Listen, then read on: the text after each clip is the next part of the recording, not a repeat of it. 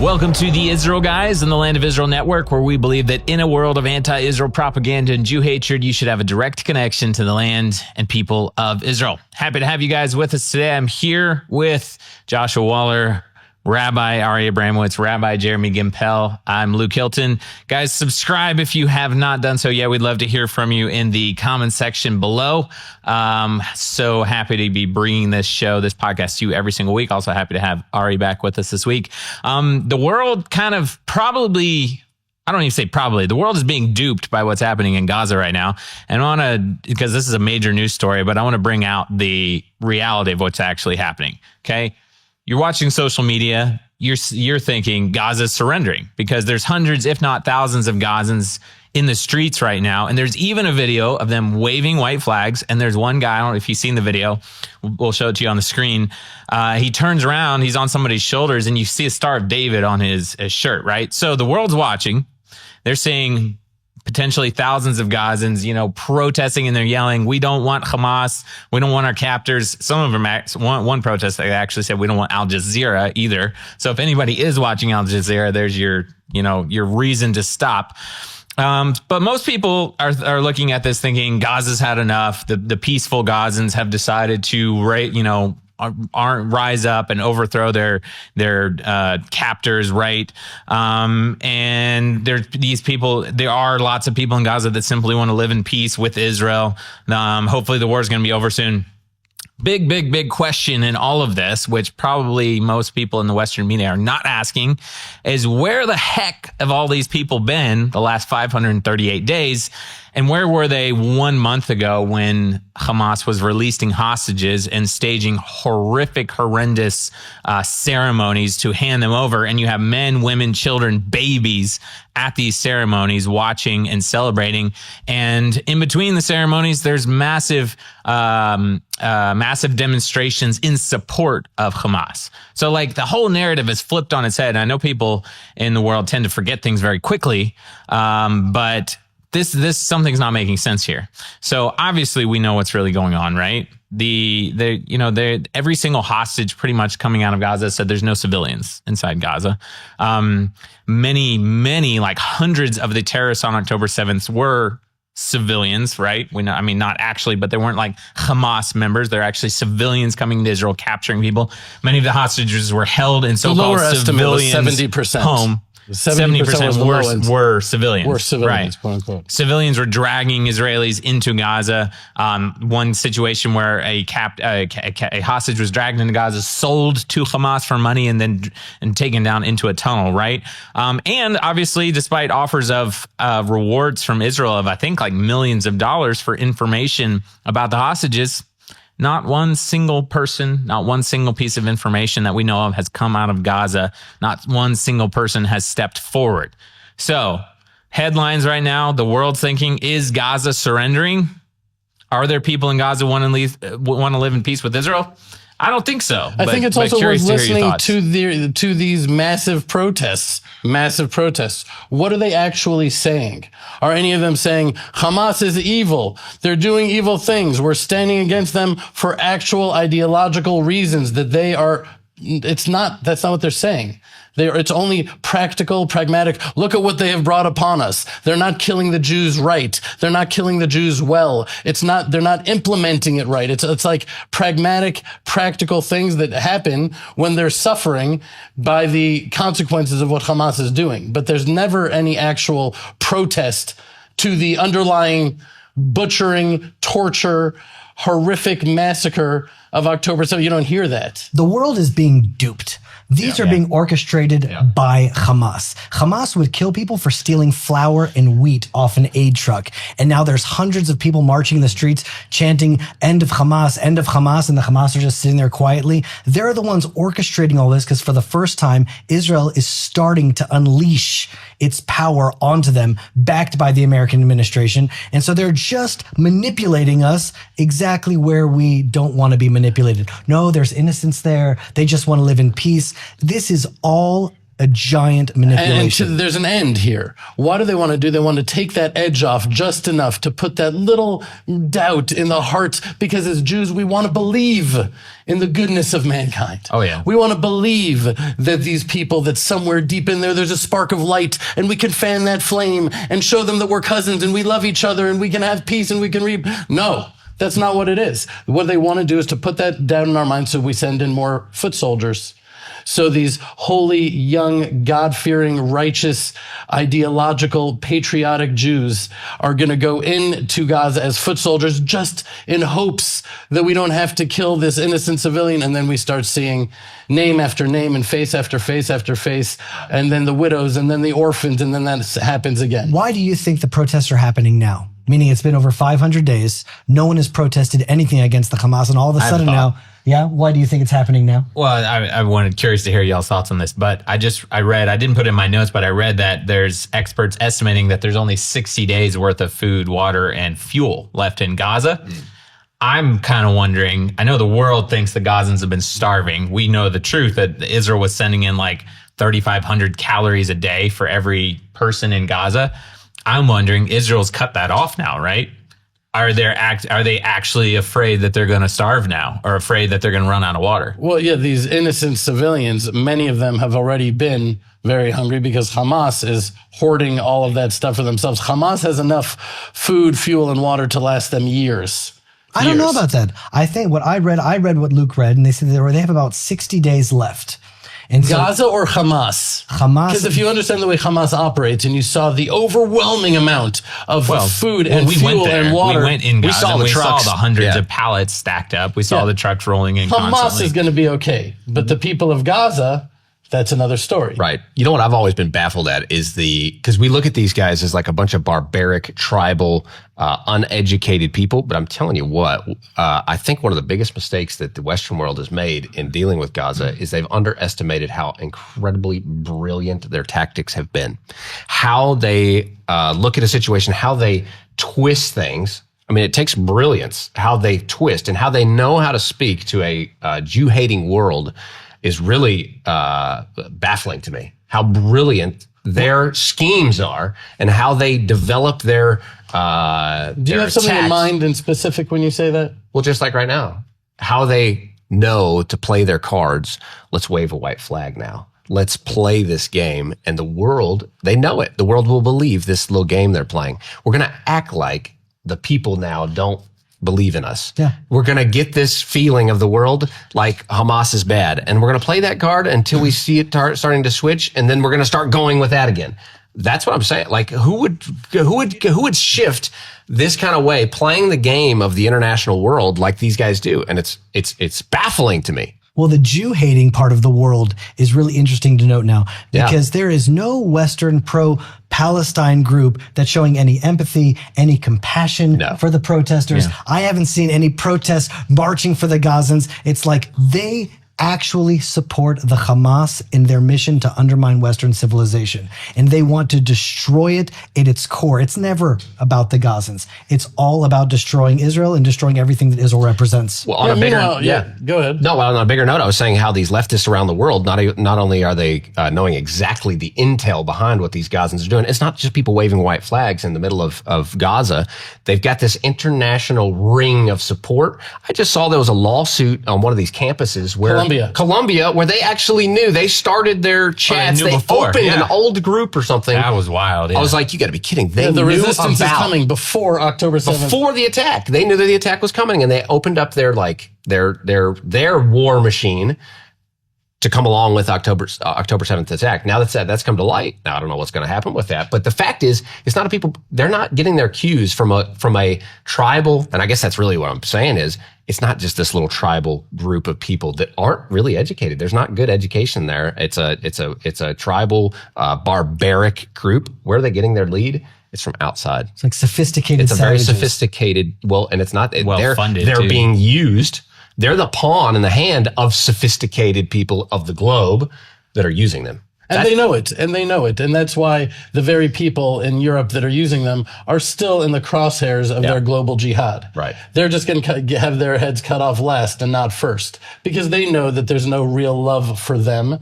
They understand that the Egyptian tanks were there to make sure that the Gazans don't leave, that nobody wants the Gazans to actually be able to leave in order to be able to use them as a pawn, because otherwise the conflict is over, and they need that conflict as a preface, as a smokescreen for their attack on Israel. So I think, obviously we know the truth, right? What would have to actually happen to know that there, one, are maybe Gazans that want to live in peace, or two, that Gaza is actually surrendering, right?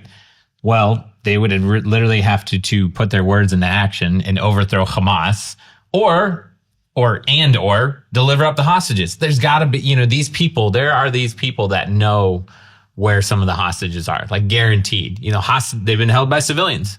And like, if even just a tip, like to Israel, is that happening? Don't think so. I think that anyone that's protesting should enter in the pilot program that just sent 100 Gazans to Indonesia. Oh, that's a good idea. If they want to surrender, great. Here's a plane ticket to Indonesia. You can work in construction and get far, far away from this land. I think that's what they want. They don't like Hamas. Let's get them as far away from Hamas as possible and start emptying Gaza out. Because even more than sovereignty, getting the evil out of the land and allowing Jews to declare sovereignty and resettle is really all that matters. Yeah, we were talking earlier about Palmyra. Hopefully we'll get to that story and touch on that. But if you remember, the whole world was in shock as ISIS, which is just another Iran, which is just another of the jihadist groups. They went into the ancient idols of Palmyra that the world treasures, these ancient artifacts, and they don't see them as ancient artifacts. They see them as idols, and they're just destroying all of these idols. And people are like, well, what are you doing? It's an ancient artifact. Not for them. It's not an ancient artifact for them. They're still living there. They're still living in that context. And that's why it's important to know about the Treaty of Hudaybiyah. Do you know about that? No. What is that? This is when the Muslims of Medina with the Quraysh of Mecca, they had a 10-year peace treaty. Do you know who the Quraysh are, by the way? No. Do you know why? Because they trusted a Muslim peace treaty. There was a 10-year peace treaty, and after 2 years, the Muslims saw that there was an opportunity to go in, and they surprise attacked them and wiped them out. That's what happens to people who believe in peace treaties. Is that not what happened on October 7th? That's what happens constantly all the time. They see a peace treaty as another tool to dupe what's the word? Vulnerable and naive, vulnerable Westerners that would believe in that. What's happening now is that everything is lining up now for a spiritual showdown. The truth of this war is finally being revealed, and we're realizing that there are spiritual forces that date back thousands of years, and there are people that are still living in an idolatrous mindset of child sacrifice, and we are now entering into the final showdown. And now with Ambassador Mike Huckabee now being the new ambassador, he's framing the conversation in a way that it needs to be framed. Check out this clip. And right now, Israel needs an ally. And frankly, let me add, the Jewish people need to know they have friends. There's a long line of enemies that the Jewish people experience across this globe, and sadly, on some of our own university campuses. It's going to be a privilege to be able to be one of those people, not Jewish, Christian in fact, but to say to our Jewish friends, you will never go through what you've gone through alone. We will stand not behind you, we will stand with you. The reason why I love that is he's not talking about standing with the Israeli people. He's talking about standing with the Jewish people. There were people in the Israeli government and with the Israeli establishment that said the last thing we want to do is to turn this into a religious war. Right. And it's like, guys, wake up. This is a religious war against the Jewish people. And now there's an ambassador from America that's saying, listen, I recognize this is about the Jewish people, and there's a brother to the Jewish people. I am a Christian, and I'm saying as the ambassador to America, I'm standing with the Jewish people. And it gives me hope for America. And I also just want to call out and have, what is a Yehudi, a Jew, is lahodot, to thank, to have hakarat hatov, and to recognize and show gratitude, that it's a comfort, right? Isaiah says, nachamu, nachamu ami. That is a directive to the nations of the world. My people will be, particularly in the end of days, stand alone. They will be at the cruel mercies of vicious jihadists who massacre and torture them as the rest of the world turns against them. It's a directive to the nations of the world. Comfort my people. And I can say when I heard his words, it did something, I have a little bit of callus around my heart. Like my heart is like this with the dukes up, waiting to be attacked again and again by the nations of the world. And it just was a comfort to me to hear his words, and that which comes from the heart goes into the heart. And so I think he is a blessed person. He will receive blessing for that. America will receive blessing for that, to actually stand and comfort Israel. I hope they do so in action.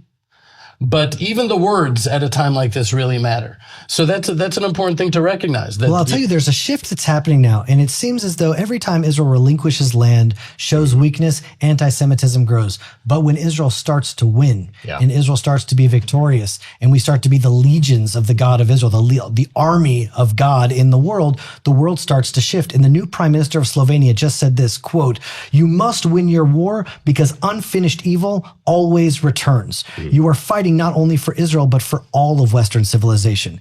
And it's like there's a shift that's now happening in the world with Ambassador Huckabee coming out and just framing this as a battle between good and evil. It's a spiritual war, and that's what people need to understand. Are you thinking about coming to Israel? If you've been on the typical tour to Israel before, you probably had an amazing experience. You fell in love with the Holy Land and now you want to come back. But I'm guessing you may be looking for something that goes beyond the tour bus experience, something that goes deeper.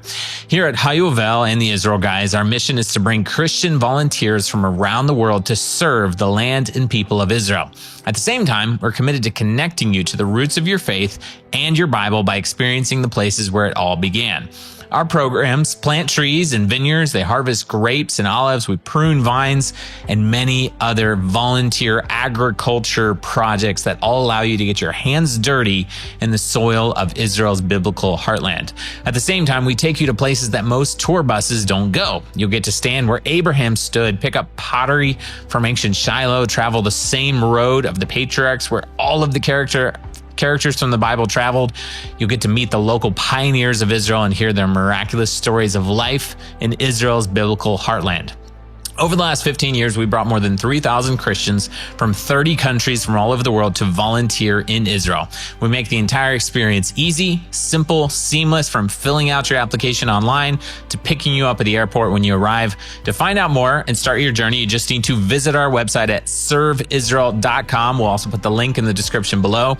We have trips that are still open for registration this year, as well as a number of volunteer programs open for registration in 2026. Just visit serveisrael.com or click the link below.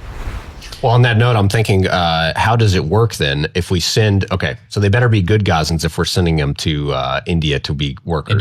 Indonesia for workers. But otherwise, my immediate thought when I heard about that was, I don't know if I got this from you, Ari, or not, but my immediate thought was, we're kicking the can down the road, and these people will form a coalition together with the entire world to come back and attack Israel. If we send these Gazans out all over the world, how do we not expect that Amalek kind of like mindset of attack to Israel? How do you not expect that to just globally, like you're spreading that hatred? I don't think that hatred is going to go anywhere. Our Western minds might say, oh, this is going to be amazing. They're going to learn from these nations that are not filled with hate.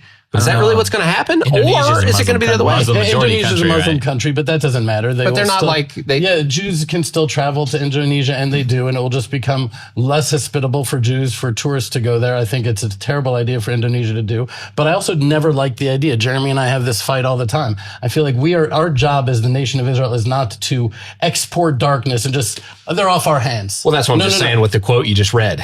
That's the hard part, is when you got the nations of the world being like, hey, we're going to help. But then are you just pushing this down the road? Well, which is why we need to uproot from the very core the concept of jihad, right? The more that the jihad is growing and expanding around the world to 57 Muslim countries, and they're feeling like we are winning this global spiritual religious war, Israel needs to uproot that very idea from the heart of it by, number one, declaring sovereignty.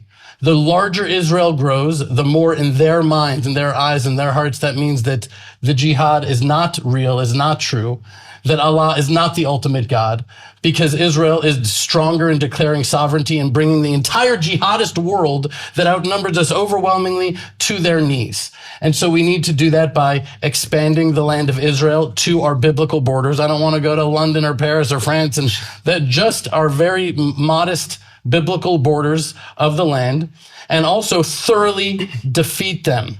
I understand we have limitations to what we can talk about, so I won't go into what exactly that means, but there needs to understand that the jihad, one of their languages of defeat is humiliation, a very public, humiliating defeat, bringing them to their knees. Only then can we possibly, in a healthy way, show compassion.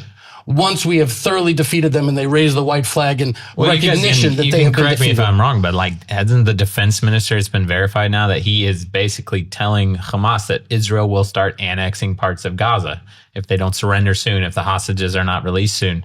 What took him so long? Well, and why is it based around the hostages? And also stop saying things. Do it. Just do it. It's I'm gonna. Right. I also want to recognize here that you have the physical aspects of this war and the spiritual aspects, and it seems like Israel's not really seeing the spiritual so much. That's what we're really talking about. Is like the Arabs, they've declared a holy war from day one, and that's what they've been doing. I think back to your point, Ari, when Israel back in 1967 took the Temple Mount. From what I heard, and this could be incorrect, I've never verified it, but there was a lot of Muslims actually like, oh, maybe we were duped, and maybe this is not the right thing, because the Jews just took back something, and there was a lot of people like, whoa. But they didn't take the Temple Mount. It's just important to historically tweak that. Yeah. We conquered the Temple Mount in some ways against our own will. Right. Moshe Dayan, who was the defense minister at the time, took the keys to the Temple Mount and gave it to the Waqf, which is the Jordanian Muslim authority. But at that moment is when Islam said, Allah is. It's a moment what he did. Concession from Israel. They thought they won, but they lost. Right. And so it's easy for us to look back and to say, well, what should Moshe Dayan have done? He should have declared sovereignty over the Temple Mount, built the temple. We weren't there yet. There's a reason we had to go 40 years through the desert and not 3 weeks to the Holy Land. We could have done it geographically. Well, I think you're in the same situation now, It's part of the journey we're on right now. We're not in the same situation now. Yeah. We're 40 years down the line. I mean, we're meaning like as far as the analogy to the desert is concerned. And we have a nation of lions wearing this is their patch. That's right. Of the temple and Messiah, and understanding that that's what this is really about. As much as it may shake liberal, leftist, Western Jewish sensibilities of the establishment, that we understand here what this is really about. And there is a Judean voice rising. Well, I don't think that the analogy of the desert is the right analogy. Even when Joshua came into the land, there were a couple of 100 years where we were figuring it out inside the land. We had to battle Amalek. We had to establish sovereignty. We had to move from Shiloh to Jerusalem. We had to declare sovereignty. Well, we needed 40 years just to get to that place of being ready to enter the land. It's not like we were done then. There's a journey of growth that is manifesting even still till today. We're still on the journey of consciousness and waking up. And they are an instrument in the hands of God for that. Well, what it seems like is happening right now is that Israel is slowly dismantling the deep state, dismantling the machine that it was built upon.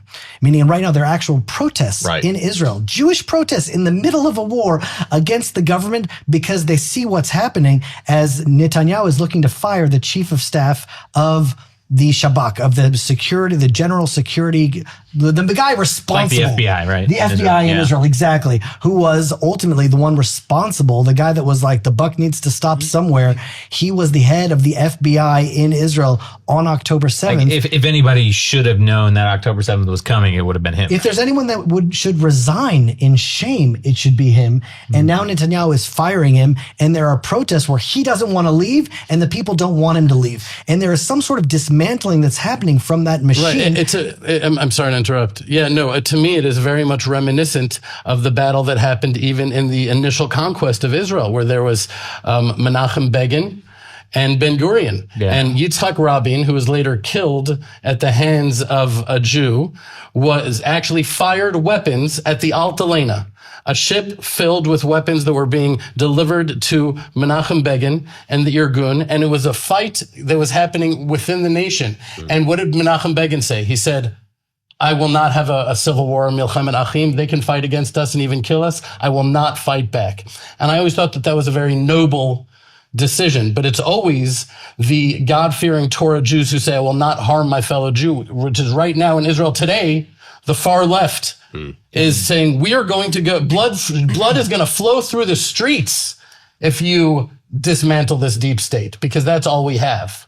Because that's all we have left. There's like a real conflict happening in Israel. Well, if you see it, there's something that's happening really all over the world now. Right. I was about to say, it feels Elon like Musk if you're dismantling American, the deep state in America. Donald Trump is shaking things up. Things in Turkey are in turmoil. Syria and Lebanon are in absolute shambles. Everything is now in this transitional period where it really feels like the egg is decaying and a chicken is about to be born. That's literally what the mystical writings of Judaism say, that we're about to see something new in the world. And with that, America is positioning itself powerfully here in the Middle East. And there's a buildup. Yeah, speaking of that buildup, maybe we could call that the decay point, where you see these like, bombers and stealth jets. B-2 bombers, being staged. What's going on? I mean, really, like this is a pretty, we talked about it on the show before. We can't say every week World War III is about to break out, but literally it's like that moment. Soon enough, we're going to get it right. Okay, so more and more people are reporting a large U.S. military buildup in this week in Diego Garcia, Indian Ocean, right? We looked it up on the map. If you look, it's funny, I pulled it up on the map and immediately you're like, well, there's Iran, there's Yemen, there's Syria. It's like, if they were preparing for, to take care of some of these nations, especially Iran, who unveiled a massive new underground, rocket launching site and military technology, they're obviously preparing for something, and obviously either stupid or just really, really stubborn, not realizing that the U.S. might be about to obliterate them in conjunction with Israel. But if this is all true about what the United States is staging right there in the Indian Ocean, seems like they're preparing to take some people out. Right. I don't think that they're stupid. One thing you cannot call Iran is stupid. They've been playing chess since before America as a nation was in diapers. Okay, they know exactly what they're doing, and Turkey being in cahoots right now and building up this massive military base, Air Force base in Palmyra in Syria. Which that's not even on mainstream news. I think you need to talk about right? that, because when you're talking about Turkey, you're talking about a nation that's part of NATO, which has serious implications for duping the United States, duping other Western democratic nations. That to me is more scary, because Turkey has proven itself to be part of the jihad time and time again, from the flotilla. If you remember the whole, they have been they're funding the jihad in every single way possible. And now they're building this massive base, and they're in negotiations with the Trump administration to acquire F-35s, which is just scary. It would be an existential threat to Israel on our exact border that is akin to Iranian nuclear. How far are we talking about from Israel's border is this Syrian base that Turkey's building up? I don't know the exact distance between it's in Syria. Right. It's right. There are neighbors. It's right there. I don't know the exact distance, but now Syria or Turkey has had presence there for a while, but you're saying that and Russia has as well. When Assad fell, not officially though, right? Really? Well, I mean, it's kind of known that there has been some presence there, right? I say more behind the scenes, right? Yeah, and it probably hasn't been to this scale, but you're saying this is massive scale. They haven't had fighter jets sitting in Syria. Right. And so the Trump administration is supposedly in discussions with them about it. And there is something very transactional and financial and commercial and capitalist, and I'm not saying that in a negative way, about the Trump administration. And I could imagine them selling F-35s to Turkey. And that would lead to a war that, hopefully it should, because of the existential threat that F-35s in Palmyra at the hands of Turkey right on Israel's border would pose to the existence of the state of Israel. So we're looking at a lot of tectonic shifts that are happening in such rapid succession that it's hard to even know where to start. Well, because in actuality, we're talking about, if Turkey's establishing a base in Syria, we're talking about a Turkish, Syrian, Russian, potentially Chinese, Lebanese, Chinese alliance here, which is incredibly scary for Israel. Well, that would other democratic nations in the area. That would give you the a United hint. States. That would give you a little bit of a hint why America is taking this so seriously, moving our largest, most sophisticated brass directly to the most strategic point in the whole region to deal with this. I think that America actually has the courage to open their eyes and see the situation for what it is. Because I think that the past administration was so overwhelmed at the magnitude of the alliance that is forming and the threats that America and the West is facing, that they just wanted to like appease it, put their head in the sand, and talk about transgender politics, right? And I think that the Trump administration is actually stepping up and saying, this is what's happening now. We need to step up before it's too late, and it may already be too late. Trump said that from day one. But I mean, remember what the first things he was saying from the first days he entered office? He was saying, "We've got a massive problem, and World War III is a lot closer than you guys think." I mean, that was the exact quote, something like that from back when he first took office. Well, just now, Netanyahu had an interview with a journalist named Gadi Taub, and he said that Biden threatened Netanyahu saying, if you're even thinking of attacking Iran, I'm going to cut off your arms. And he cut off arms to Israel, not just big arms, little arms. Like Biden was really squeezing Israel in the middle of our war. And Trump is doing the exact opposite now. He's moving his stealth bombers in striking range of Iran. And that really seems like when you realize that we're at a war of good and evil, then you know that Iran is the head. And America is going to take out the head. Right. It's almost like Biden was holding us back. We're in like a bar fight against these giants all around us, holding us back. And then the guy that's holding us back is being traded out. And we're like, hold me back, someone hold me back, because the Trump administration is saying, do it, go. And it's really exposing the I don't want to say cowardice of our leadership, but the fear in their hearts to actually step up and do what needs to be done. We finally have the green light by the West, where it was like, they're not letting us do it. And now they are. And what are we doing? Well, I feel like in Gaza, there's something to the fact that in 60 days, the Gazans themselves are going to run out of food, electricity, fuel, water. That's coming to an end. And maybe Hamas has its own storages, but Israel right now, because I'm wondering, like, why isn't Israel just unleashing hell on Gaza? Like Trump said, like Netanyahu said, what's taking them so long? And I feel like Netanyahu is so cool, calm, and collected. He's like, we got time. Yeah. We have 4 years of this administration right now, and we will slowly take apart Hamas and take apart Gaza. They've already started a pilot program removing Gazans from the land. And now the minister said we're going to start annexing parts of Gaza. It's just happening in pieces. Well, is it also likely that the attention is going to move from Gaza? I don't know. It sounds far-fetched to say that now, but it could if the rest of this thing blows up and America is literally attacking on many other fronts. The Prime Minister of Israel, Benjamin Netanyahu, could be well aware of this, saying, let's not attack while every news organization known to man is demonizing us on every single play that we're trying to bring sovereignty to this place. And ultimately, the Prime Minister has that in the back of his mind, even though he's not saying that publicly. The nation of Israel certainly has that in their mind of saying this needs to be sovereign territory of the land of Israel. And if that could happen while not in the spotlight, it would be so much easier and that serve the nation. Now, I've got 3 quotes here. One from President Trump on this big buildup, one from Iran, and one from Yemen. Now, this is from Newsweek. Fascinating quotes, because I think it kind of sums up what we're talking about here. From U.S. President Donald Trump, he says, tremendous damage has been inflicted upon the Houthi barbarians, and watch how it will get progressively worse. So he's already naming it. This is not slowing down. This attack is full-fledged. And he didn't say anything about Iran here, even though that it's pretty obvious that they're so connected.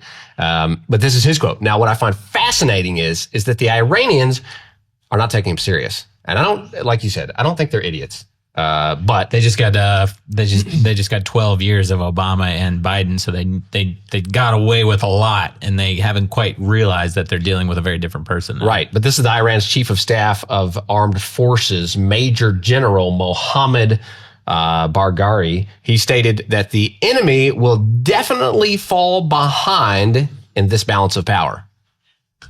Have you seen the Iranian video? I think we're going through the tunnels, we're seeing their missiles, and then we're looking at an American buildup B-2 bombers. B-2 bombers. I'm like, balance of power. The craziest airplane in the world. They also understand, you say they don't understand who they're talking to, and maybe they do. Yeah. Maybe they understand that Trump is a guy that has a soft spot in his heart, or a strategic, pragmatic spot in his heart for tough guys. He has a place in his heart for Erdogan.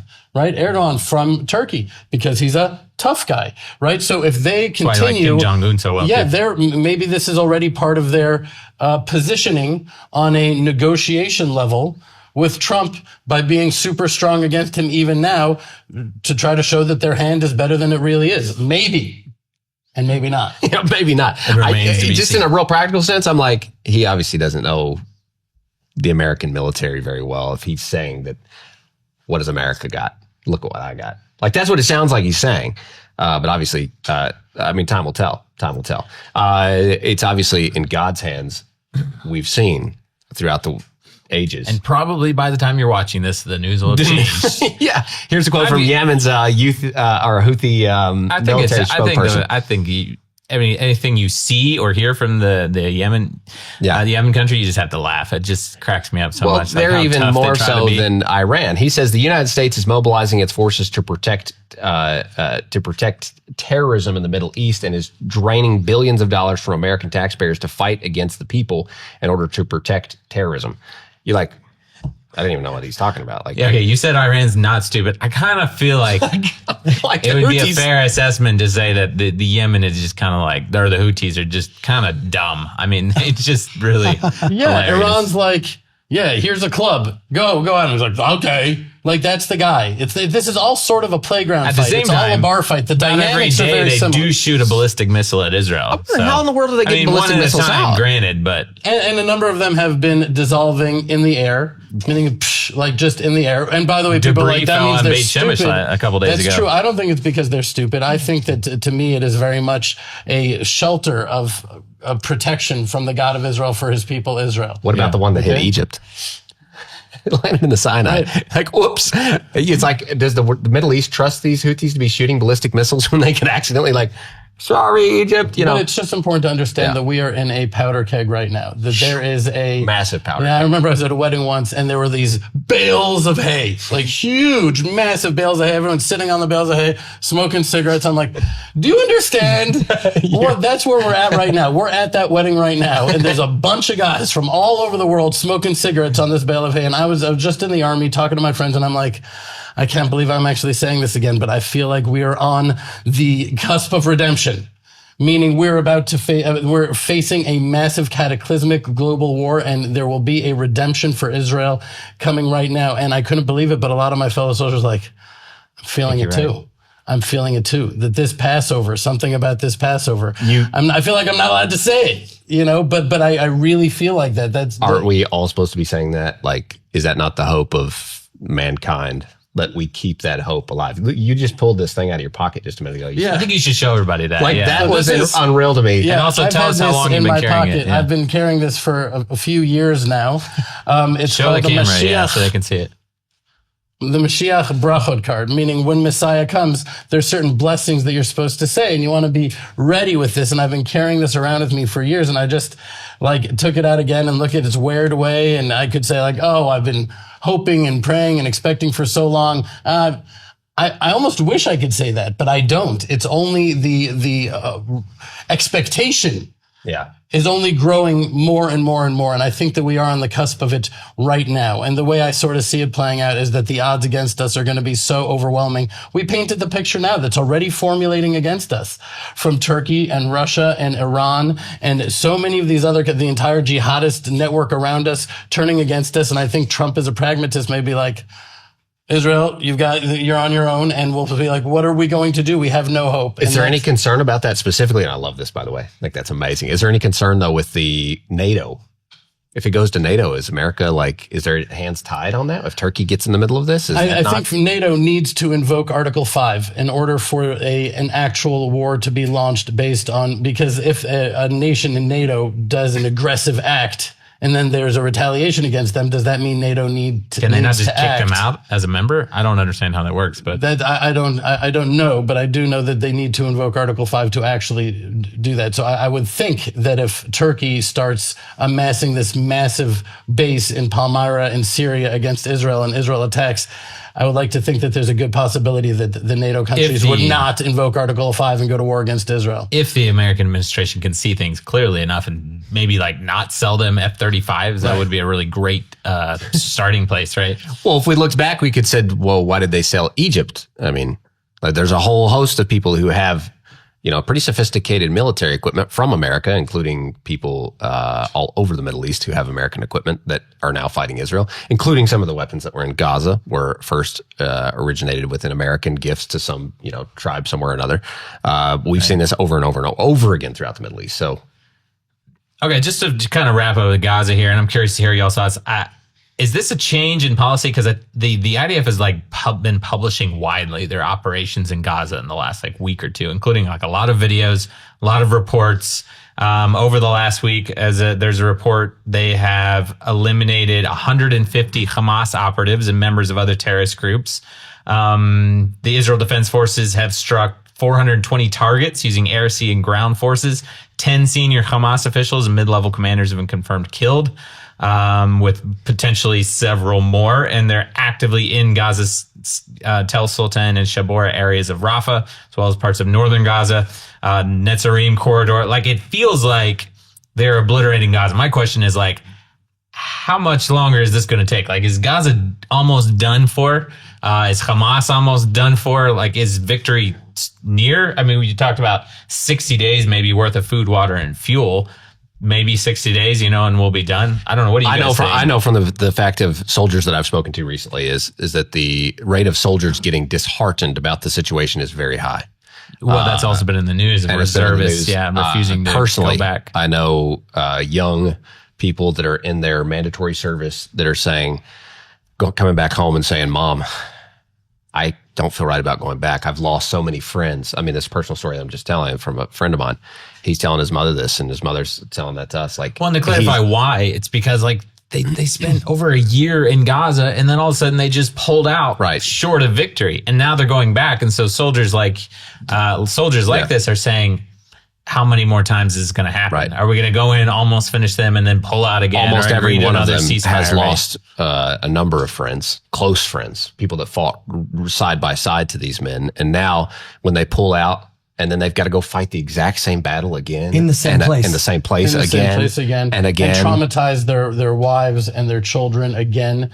The fallout from this is beyond what people. Yeah. So that's where I'm kind of wondering is, okay, look like we're going to see something now, but the soldiers are saying, is this just another round of politics? You said, is it a change of policy? I think the answer is, if we start sending in ground troops, then no, it's just the same thing again and again. And if we don't send in ground troops and we're actually obliterating them as we need to be, saying, we're doing this now, get out or you die. Right? Then that maybe would be a shift in policy. But it looks like they're preparing to send in more ground troops, in which case it is just a continuation of the same, which you can understand why soldiers are demoralized. Wait, the war ended, and why are you sending us in now? Is it to prove something to Trump? Is it for some political machinations? What is this about? The problem is that Israel doesn't have a policy.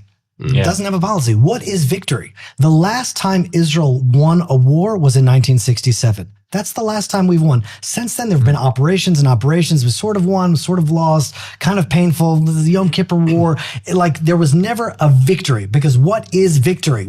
It's not freeing hostages. That's not victory. It's not obliterating the Hamas. Victory is when we reclaim our land, like we did in 1967. We reclaimed Sinai. We reclaimed the Golan. We reclaimed Judea and Samaria. We brought biblical Israel back to the biblical people of Israel. That is victory. And until we do that in Gaza, then of course the soldiers are going to be disheartened. And that's why we need biblical leadership, God-fearing Torah leadership, because otherwise the vision of our mission and our purpose is just not there. And it becomes, what does victory become? A return to the status quo. Have we bought another month? Have we bought another year of just being able to live life and survive? Then we're back. We won normal, because we still exist. Yeah. We're back to the status quo of 10 Jews dying a week, the terrorism, and that's just the victory in the minds of. And I feel like that it was victory since 1967 was status quo. That was what the government's hope is that we could just keep it all calm, don't change anything, and that was victory for them. If we could just leave it, keep it the way it status is. Quo has been the law, of the since 67 really. So what you're saying is very, very true on the Israeli politics side. That hopefully now, I mean, there's no different leadership, so. Or maybe there is. And maybe this big change that we're seeing now is going to lead to some different leadership within the deep state. Seems to be crumbling with leaders leaving. Well, I'll tell you, it seems to me just from the words of the Bible that the change of leadership in the nations is what's actually going to affect Israel. That's right. Then they will say among the nations, look at what God has done with you. And then we say, look at what God has done with us. So the fact that now, for the first time, the U.S. ambassador to Israel was previously a Bible-believing pastor, teacher of the Bible, and he's now the one that's giving the message to Israel, frames things the way they need to be framed for us, not for America. Look at this clip that I just brought up. I cannot imagine under any circumstances that any right-minded person would find it acceptable to support or to even acknowledge that there was justification in any way for the massacre of innocent civilians on October the 7th. If I'm confirmed, I will be absolutely clear to carry the president's policies. They have been clear that Hamas will have no future in Gaza. It can't. This was not simply a cold-blooded murder in which people came across the borders and shot innocent people. They massacred them. And they did it in the way that was most physically painful and in the way that was most personally humiliating. And worse, they videotaped themselves doing it because they were proud of it. And they published it with pride. And they announced repeatedly that they would do it again. Hamas is not a government. It's not a standing army. It is a terrorist organization, and they acted like it. And they must be treated as such. And so putting those two clips together, where he said, we need to stand alongside the Jewish people. Also putting together the fact that Donald Trump said everything the Houthis do, we're holding Iran responsible. And we also know that Iran is the puppet master of Hamas. Everything is now being framed in a spiritual language that this is a war against the Jewish people in the chosen land. And that's the way we need to see this. And if Israel starts seeing itself as the chosen people in our chosen land, then we can start talking about real victory. When do we see this confirmation happening? I know it keeps being pushed off, but just talking about Huckabee, I wanted to say, I feel like he is a living representation of someone from the nation saying, look at what God has done for you. Yeah. I mean, he's the first non-Jewish ambassador in years, right? Or a couple decades or something like that. I think this is amazing. Like we know we played music with Governor Huckabee in the Goat Winery like 15 years ago. He has like a record of strong support for Israel, including sovereignty in Jerusalem, Judea, and Samaria. And I think it's just amazing. Well, what makes him even more powerful is it's not politically, he's not licking his finger, putting his finger in there to see what does everybody else think about Israel right now. Let's do that. His support for Israel, from personal experience with him, is based on his faith, which makes it so much deeper. And it's exactly what you're saying. It comes from a biblical root that's deep in him that will not be shaken. But I want to make it clear, when he said any right-minded person, he's right. Meaning people who look at Israel and what we're facing and what we've endured and the jihad and the vicious, evil, sick, twisted, perverse terrorism that we're facing and fall on the other side, there's a reason for that. It's not like, well, Huckabee's a religious man and, well, they're secular, so they say, no. They're just as religious. They're just coming from a very different, darker theological place. The Tucker Carlsons and the Candace Owens, they are coming from it's a deep-seated theological replacement theology in which the downfall and devastation of Israel confirms what their belief system is, which is that God rejected the nation of Israel. And so they're coming from just as religious a place as Pastor Huckabee is. The only difference is he's being forthright and honest about it. And they're just acting like, oh, it's because of the occupation and the this and the that and the nonsense. And they're not actually saying what it really is. Maybe it's because they're not consciously aware of it. But I think that to some degree they are. And they're just not coming forth at this whole thing, both sides. This is a spiritual war on every front. On every front. Some people are just more conscious and aware of it and honest about it, and others aren't. But you see, when the Jewish leadership, like the deep state, like Ronen Bar, like the attorney general, and they say, let's just not turn this into a religious war. And then you have the ambassador of America saying, this is about the Jewish people and we will stand against the forces that are against the Jewish people. It's not an Israeli thing. It's a Jewish thing. It forces us to realign ourselves with the truth. And when he says right-minded, King Solomon says, Rashit Chochmah Yirat Hashem. The beginning of wisdom is the fear of God. Once you take God away from society, once you take God away from family, then men become women and women become men, and then you've lost all right-mindedness. And so what's being brought back here is just simple common sense and morals and truth. People massacred Jews and broadcasted on the internet. That's evil. Who was the orchestrator of that? Iran. And that's what's happening now. Right. And I think it's worth mentioning. I don't know if this is too much of a deep dive into the spiritual DNA of what we're challenged and faced with here in Israel. But when we left Egypt, in Exodus chapter 12, it says, and also a mixed multitude, an Erev Rav, went up with them, and flocks and herds and very much livestock. And this was a mixture of the Egyptians that came with Israel. And there's a belief today that this establishment, this deep state in Israel, it's also a religious belief.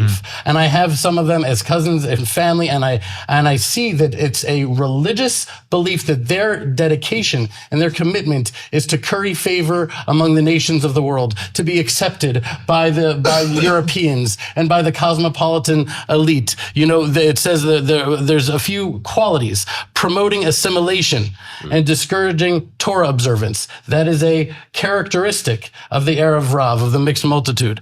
Redefining Judaism in a way that removes God and removes the commandments and removes moral commitments and says, Tikkun Olam, we're here to fix the world. They don't actually quote the rest of the verse, Tikkun Olam b'malchut Shaddai, to fix the world in the name of God. And they just say, fix the world, that's why we're for trans LGBT rights. We're trying to fix the world, as if that exact antithesis of biblical values is fixing the world. It's a distortion and a twisting. And so we're facing that challenge and that battle internally here in Israel. Well, I'll tell you what's so beautiful about that is that in the prophecies of the final war of Gog and Magog, it says that there will be Jews that join Gog and Magog and attack Israel.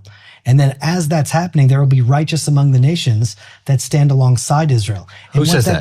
That's what it says in Zechariah. That's what it says in Isaiah.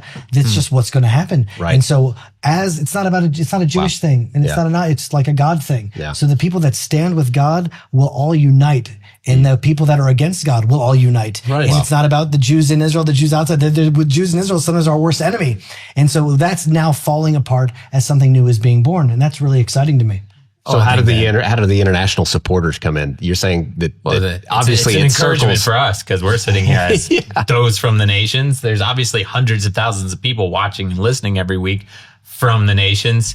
And it's encouraging to know that you guys it's have our always decision. Been. You guys have always been that. You guys have always been the tip of the spear in the manifestation of these righteous of the nations that are going to come and love Israel in a selfless way and bless Israel in a selfless way. That it's happening in huge masses now. I mean, huge relatively. It's still a remnant, but you guys have been leading. Can I ask a question to the rabbis in regard? I think everyone that's out in the nations right now, they're hearing us talk every week, and the world is in a really volatile state. And they're not Jewish. They're like, Luke and I, and they're sitting in places all over the world, literally. The channel reaches, we're reaching people from every pocket across the globe. And these people that love Israel, they know the redemption process is in play. The Jewish people are coming back to their homeland. We're seeing the ancient ruins being restored. The land is coming back to life. The agricultural cycles are coming back. Like all the pictures of the redemption that the prophets all spoke about is like literally happening in front of them. How do they position themselves? They're in some far out place in from Alaska to Australia somewhere, to even remote places in Europe, all the way to South Africa. Sydney, Australia is the most watched city on this channel. Is that right? At least that's the last. That's true. Yeah. So I'm saying there's these people, but they're not represented well by their governments. Even their local pastors and communities don't always get Israel. Their neighbors don't understand Israel, but they're these people in the hundreds of thousands. And my question is to you guys, as rabbis, what do you see this nations? What is their position right now? As the world is going crazy, what would you say to them? Well, I'll tell you, Ari and I, we host the Land of Israel Fellowship once a week. every Sunday, and people from all over the world come. And the step in the right direction is to become more biblical. They start taking what's called the Old Testament a little bit more seriously. They start becoming more Israel. They start becoming more biblical. They start living a little bit more like Judea and a little bit less like Rome. And they start actually uniting spiritually with the people of Israel. And so what does that mean? There's 10 commandments. Yeah. In the 10 commandments, there's like, well, we should really honor the Sabbath. Let's give a moment to that. The seventh day is a special day. It doesn't mean you have to not go here or yes, do this or yes, do that. But it's saying that there's something to honor. It was God's special day. He made it, blessed it, and he made it holy. It's like taking steps to align more with the destiny of Israel, because you are not where you are physically, you are where you are spiritually, you are where your heart is, you are where your desire is, what you want. And if you want to align your destiny with Israel, the way to do that is to adopt more and more biblical lifestyles. Well, so I think there's definitely truth to that. You know, Isaiah 56, that's to me one of the most powerful of the prophecies. And it says, as for the foreigners who are joined to God, joined, meaning like there's a certain actual coming together. We always say that we feel like not friends, but family. Yeah. That's what I mean by that. Who are joined to God to render service and to love God's name, to be devoted servants. All who keep the Sabbath and do not profane it. All who hold fast to my covenant. I will bring them to my sacred mount, El Har Kadshi, and let them rejoice in my house of prayer. Their burnt offerings and sacrifices shall be welcome on my altar, for my house should be called a house of prayer for all peoples. That is part of the general thing that Jeremy is talking about, that we see manifesting right now among the nations of the world. We see that happening, little sparks. Mike Huckabee would be an example of someone who would be in that category without a question, but also it really depends where you are. How are the Jews where you are suffering? How can you do where you are? What do you see in your eyes needs to be done from wherever you're at to stand with Israel and the Jewish people? Yes, pray for Israel, but speak up for Israel. Stand with Israel. And really the question is less for us and it's more for you guys. No, and I would say it's not only for them, but they are the facilitators. You need to come to Israel. And the best way to come to Israel is to come through Hayovel. The best way to come is to bless the farmers of Israel, to volunteer here, to give your hands, to give your feet, to give your time, to give your resources, to actually come and rebuild the land. And I don't know any organization better than Hayovel to do it. So don't just pray for Israel and love Israel. Actually come to Israel when you can. Right, and not only rebuild the land, but also it's very much, I've seen that people started off, they come on some sort of generic tour to Israel and they go to the garden of the this and all the different things, which I'm not saying are not a good thing to do. But then the next trip, they're like, there's something deeper that's not a thirst that's not being quenched. And what is it? It's really relationships. They want friendships. They want relationships. They want to start kindling a real brotherhood with Jews in the land of Israel and Judea. And that's a big part of what you guys are doing, is bringing together and really like kindling these relationships. There you go. You guys heard. I think that's an encouragement for everybody out there watching, listening. I've always told people, we've always told people for years and years and years, you have to do something for Israel, do something for the Jewish people, right? And I think the biggest thing you can do is to come. And if you come during wartime, we've got 35 people coming on a trip next week. That's like bonus points, I think. You know what I mean? Yeah. Because tickets are, plane tickets are more expensive. You're obviously flying into a country that is at war. You're coming to Israel's biblical heartland, which a lot of people are absolutely terrified to come to, right? Although I just saw the statistics. There's more Israeli Jews killed by Israeli Arabs since October 7th than Palestinian Arabs, meaning is that right? Israel proper is actually potentially more dangerous than Judea and Samaria. Well, there's just no difference between the jihad. That's what they're trying to teach us. Right. There's no difference between, not all, but like a lot of Israeli Arabs, Arabs from Judea and Samaria, right? Like you're saying, they just have more access. But you should not be worried about coming to Israel. No, you should be worried about your departure date. That's meaning right. that the prophet Zechariah says, Ohalei Yehuda Yishvu levetach, that the tents of Judea will dwell in safety. That it seems like we're the epicenter of all the conflict, the most scary place in the world to be. In reality, when you get here and you're walking the mountains here, you feel it. You can feel that this is actually the safest place to be. It's the return ticket that would make me nervous. You're exactly right. When people get here, it's like, there's holiness to this land. And I want to just say, as we wrap up this show, Luke, is that for people out there that want to be a part of blessing and serving Israel, this is, as we spoke about, this is not only a physical war that's facing the entire globe right now. This is a spiritual war as well. And maybe Jeremy's remarks to those of the nations to connect more to the biblical, just get a biblical foundation. Maybe that's the best way somebody individually could be a part of bringing redemption to this world. And I wouldn't say maybe. It is. Yeah. Get rooted in biblical context. Zionism, yeah. Connect to Zion, the place of all redemption, where it will come forth from. And that is how we fight what's happening in Gaza. That's how we fight the anti-Semitism that's covering the globe, the Jew hating that's covering the globe, the opposite of redemption and all of that's attacking the Jewish people. This historic thing. We've got enough in our back mirrors now to look back and say, okay, that's what we don't do. And now it's aligned with the Jewish people, the redemption that's coming. And so for all those of the nations, recognize, don't just look at the media. 2 phases. Look at the spiritual redemption that's happening and be a part of that. I've got 2 phases for anybody watching. You ready? Phase 1, join the Land of Israel Fellowship. That's right. At thelandofisrael.com. We'll put a link down below because that's something people can do from anywhere in the world. It's easy. It's simple. They join you guys on a private, virtual fellowship every single week to learn Bible from the Land of Israel and also supporting, the Land of Israel network in Judea.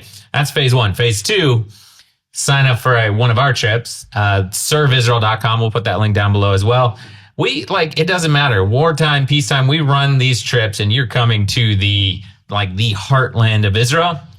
And every trip we go to the Our Goat Farms, right? So you get to meet Jeremy and Ari if you come on one of our trips too. So there you guys go. That's something you can do. Obviously, if you're in Texas this year, you got to come to the Israel Summit, June 9th through 11th. But guys, do something. And I think the biggest thing to realize is that the decision's probably going to get harder and harder because right now you can still kind of ride the fence and be pro-Israel. You can pray, you can give money, but it's going to get tougher. That decision is going to have more consequences as time goes on. And we're just here to encourage you to stand strong, continue standing with the Bible, God's people, God's land, God's kingdom. I think that's our encouragement for you today. Guys, as always, stop listening to the lies and propaganda and connect with the truth of what's happening here in the Land of Israel. We'll be back next week here at the Land of Israel Fellowship, or Land of Israel Network and the Israel Guys.